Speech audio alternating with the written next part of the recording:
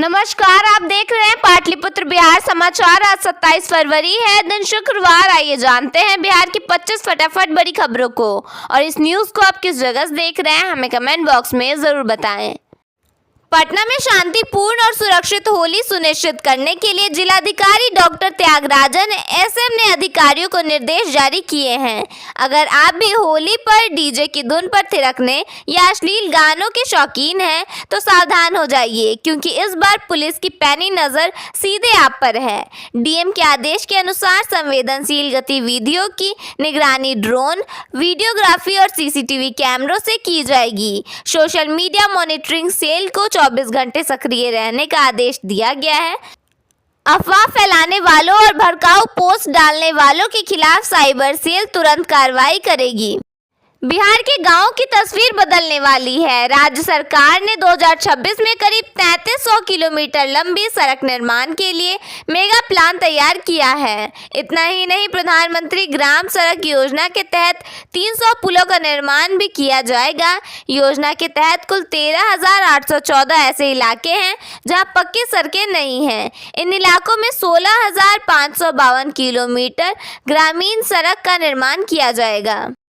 केंद्रीय मंत्री गिरिराज सिंह ने देश भर में चल रहे अवैध मदरसों को बंद कराने की मांग की। उन्होंने आरजेडी और कांग्रेस पर बिहार में घुसपैठियों को बसाने का आरोप भी लगाया है। बिहार में बच्चा चोरी की अफवाहों को लेकर पुलिस मुख्यालय ने सभी जिलों को अलर्ट कर दिया है। एडीजी ने बताया कि हाल के कई मामले जांच में अफवाह निकल रहे हैं। पुलिस ने लोगों से अपील की है कि किसी भी सूचना पर कानून हाथ में न लें और तुरंत 112 या नजदीकी थाने को जानकारी दें। थानों को सख्त निर्देश दिए गए हैं कि ऐसी कोई सूचना मिलते ही तुरंत जांच की जाए। अगर कोई बच्चा 24 घंटे तक लापता रहता है तो केस दर्ज करना अनिवार्य होगा। बिहार में मौसम तेजी से करवट ले रहा है। दक्षिण और पश्चिम जिलों में दिन का तापमान 30 डिग्री के पार पहुंच चुका है, जबकि रात में अभी भी हल्की ठंड बनी हुई है। आईएमडी के अनुसार मार्च की शुरुआत से ही गर्मी का असर महसूस होने लगेगा और कई इलाकों में कूलर की जरूरत पड़ सकती है। पीयू छात्र संघ चुनाव में अखिल भारतीय विद्यार्थी परिषद पर टिकट के बदले 20 लाख रुपए की रिश्वत मांगने का आरोप लगा है। छात्र नेता चंचल कुमार ने कहा कि 10 लाख रुपए देने के बावजूद उन्हें उम्मीदवार नहीं बनाया गया। बिहार में राशन कार्ड धारकों को ई-केवाईसी कराने का अंतिम मौका दिया गया है। सरकार ने 28 फरवरी तक की समय सीमा तय की है।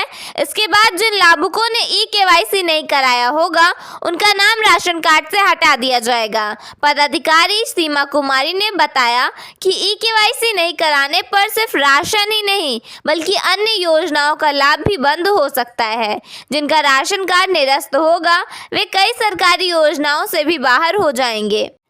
समस्तीपुर में एक होटल कारोबारी के बेटे की बारात बैलगाड़ी पर निकाली गई।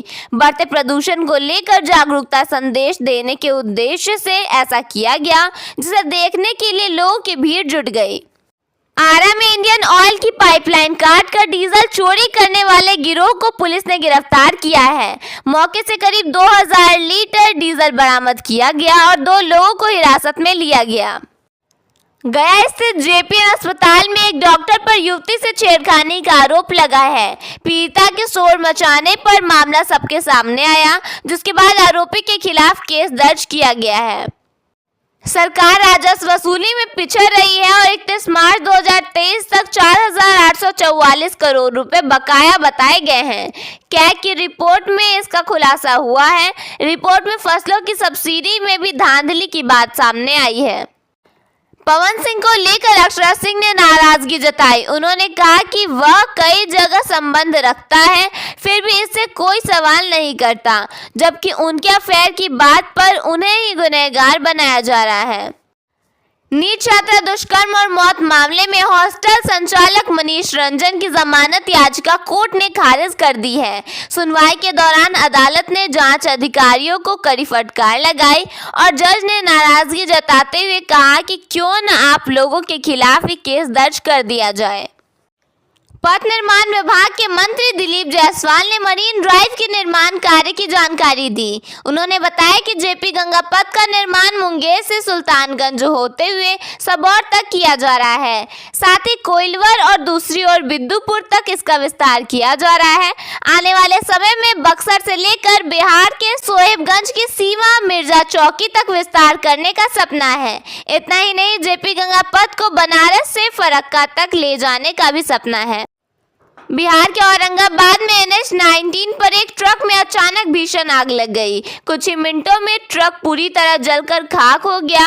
हालांकि ड्राइवर और खलासी ने समय रहते कूदकर अपनी जान बचा ली। राजस्व एवं भूमि सुधार विभाग ने जमीन विवादों के निपटारे के लिए डेडलाइन तय कर दी है। अब अधिकारियों की सुस्ती नहीं चलेगी, क्योंकि उप मुख्यमंत्री विजय कुमार सिन्हा ने साफ कर दिया है कि जनता के अधिकारों से समझौता बर्दाश्त नहीं किया जाएगा। बिना ठोस कानून रुकावट की फाइल दबाकर बैठने वाले अफसरों पर गाज गिरना तय है। बिहार में आज मौसम सामान्य बना रहेगा। दिन के समय तेज धूप निकलने से हल्की गर्मी महसूस होगी। अधिकतम तापमान 27 से 32 डिग्री सेल्सियस के बीच रहेगा।